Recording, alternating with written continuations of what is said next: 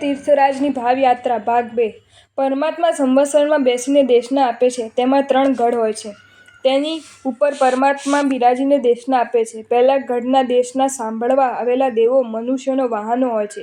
બીજા ગઢમાં પશુ પંખી, ત્રીજા ગઢમાં 12 પરસદા અને સિંહાસન ઉપર પરમાત્મા હોય છે. આપણે બધા નીચેથી ઉપર ચડ્યા. અહીં સુધી આવ્યા તેમાં આપણને શરીરના જ વિચારો આવ્યા કે આહા, શ્વાસ ચડે છે, ચડાતું નથી, તરસ લાગી છે વગેરે. તો શરીર એ વાહન છે એટલે શરીરનો વિચાર અહીં સુધી.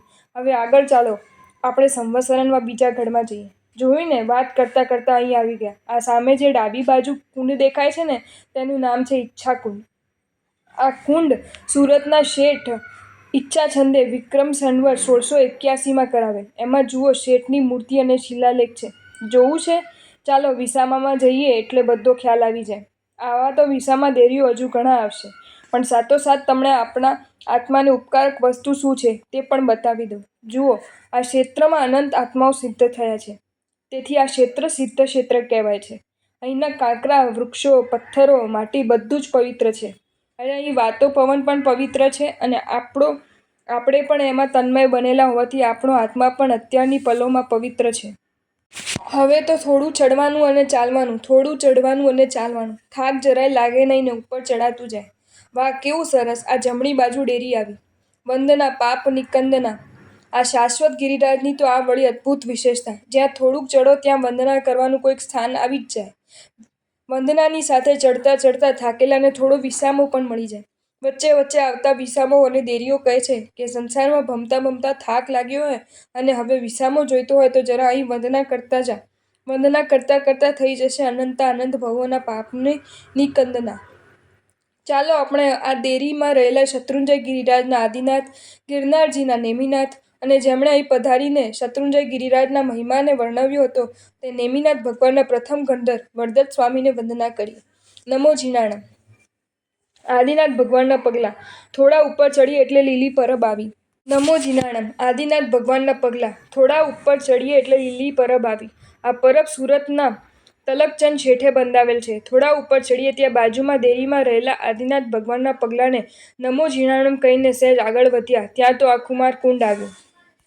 કુમારકુંડ. કલિકાલ સર્વજ્ઞ હેમચંદ્ર સુરીશ્વરજી મહારાજાની પ્રેરણાથી છરીપાલી સંઘ લાવેલા કુમારપાલ મહારાજાએ કુંડ બનાવ્યો છે તથા ગિરિરાજ ઉપર કુમારપાલ વિહાર નામની ટૂંક પણ બનાવી છે.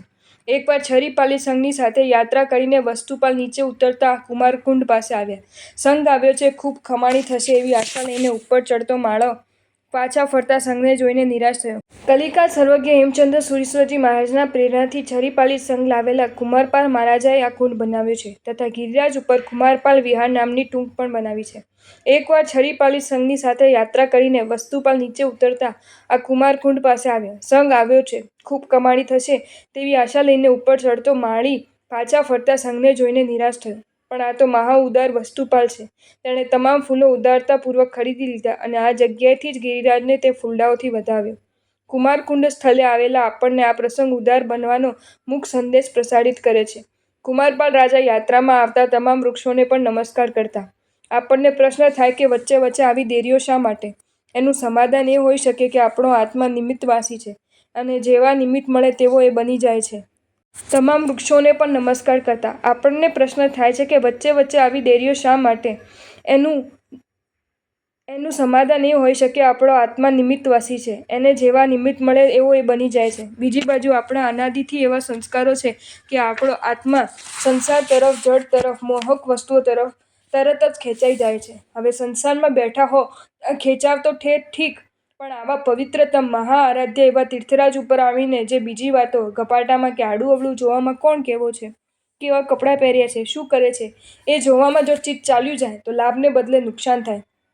એવું ના થાય તે માટે ઉપકારી પૂજ્યો આવા સિગ્નલ રૂપ પરમાત્માના ચરણ પાદુકા ગોઠવીને આપણને સાવધાન કરે છે કે હે આત્મા, સાવધાન થા. આવા દેવાદિદેવના ચરણનું શરણ કર તો તારા નિસ્તાર થશે. હવે આપણે સતત સીધું ચડવાનું છે. બસ ચડ્યા જ કરો. સામે ઉપરા ઉપરી પગથિયાં જે પગથિયાં દેખાય છે. પૂર્વે તો પગથિયાં જ નહોતા, કેડે હાથ દઈને ચડવું પડતું હતું. ચાલો આપણે પણ ધીમે ધીમે ડગ ભરી ઉપર ચડીએ. અને આ શું આવ્યું? આ તો આવ્યો પેલો હિંગલાજનો હડો. હિંગલાજનો હડો. હે આવ્યો હિંગલાજનો હડો. કેડે હાથ દઈને ચડો. ફૂટ્યો પાપનો ઘડો, બાંધ્યો પુણ્યનો પડો.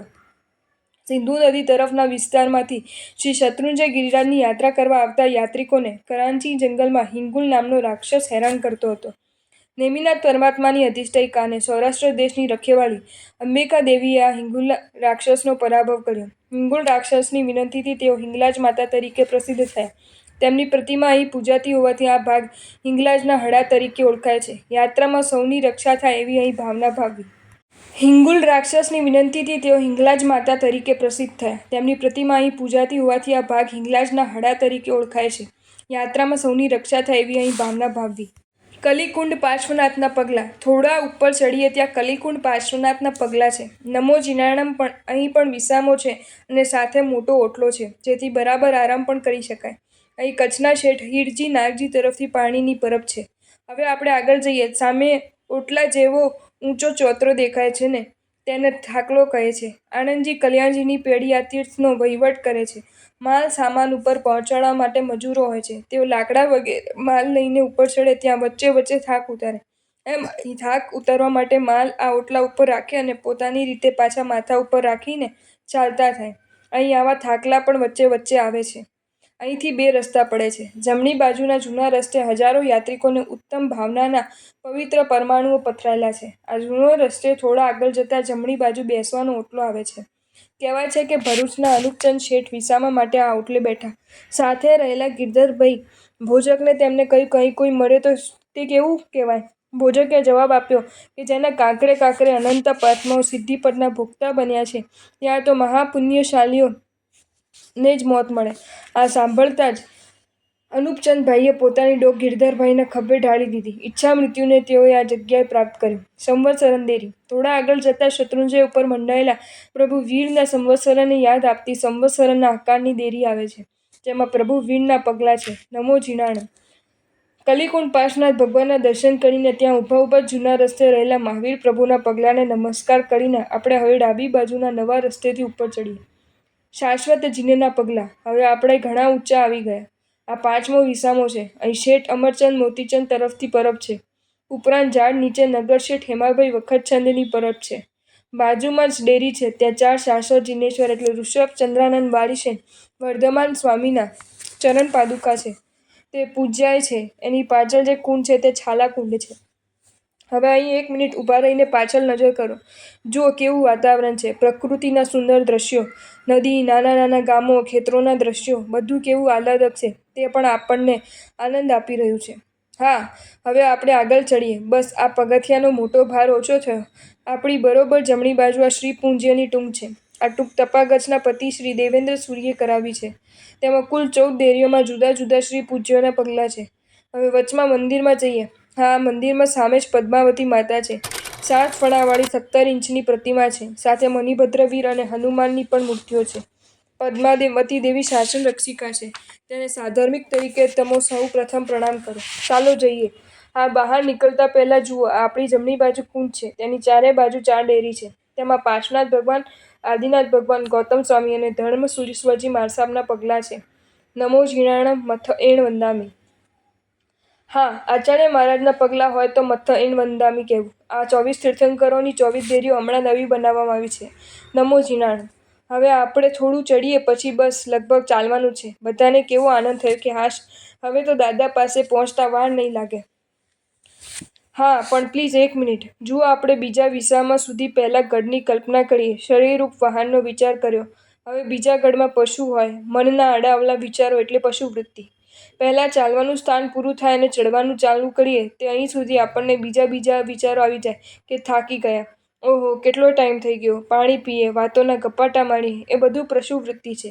તે અહીં સુધી કરી પણ હવે આપણે દેરાસરજી, ભવ્ય શિખરો, બાજુના દૂરના પહાડ ઉપર કદમગીરી, પાછળના પહાડ ઉપર હસ્તગીરી વગેરે તીર્થોના દ્રશ્યો દેખાશે એટલે બસ મન એમાં ગોઠવાઈ જશે. એટલે પશુવૃત્તિરૂપ વિચારો બંધ થશે. આ રીતે આપણે ત્રીજા ગઢ ઉપર ચડવાનું શરૂ કરીએ. ચાલતા ચાલતા આપણે આ મેદાનમાં આવ્યા. જો તમને આ વિડીયો ગમ્યો હોય તો આ વિડીયોને લાઇક કરો અને શેર કરો અને આવા જ નવા વિડીયો જોવા માટે જૈન ફેક્ટ્સ એન્ડ સ્ટોરીઝની ચેનલને સબસ્ક્રાઈબ કરો. ધન્યવાદ.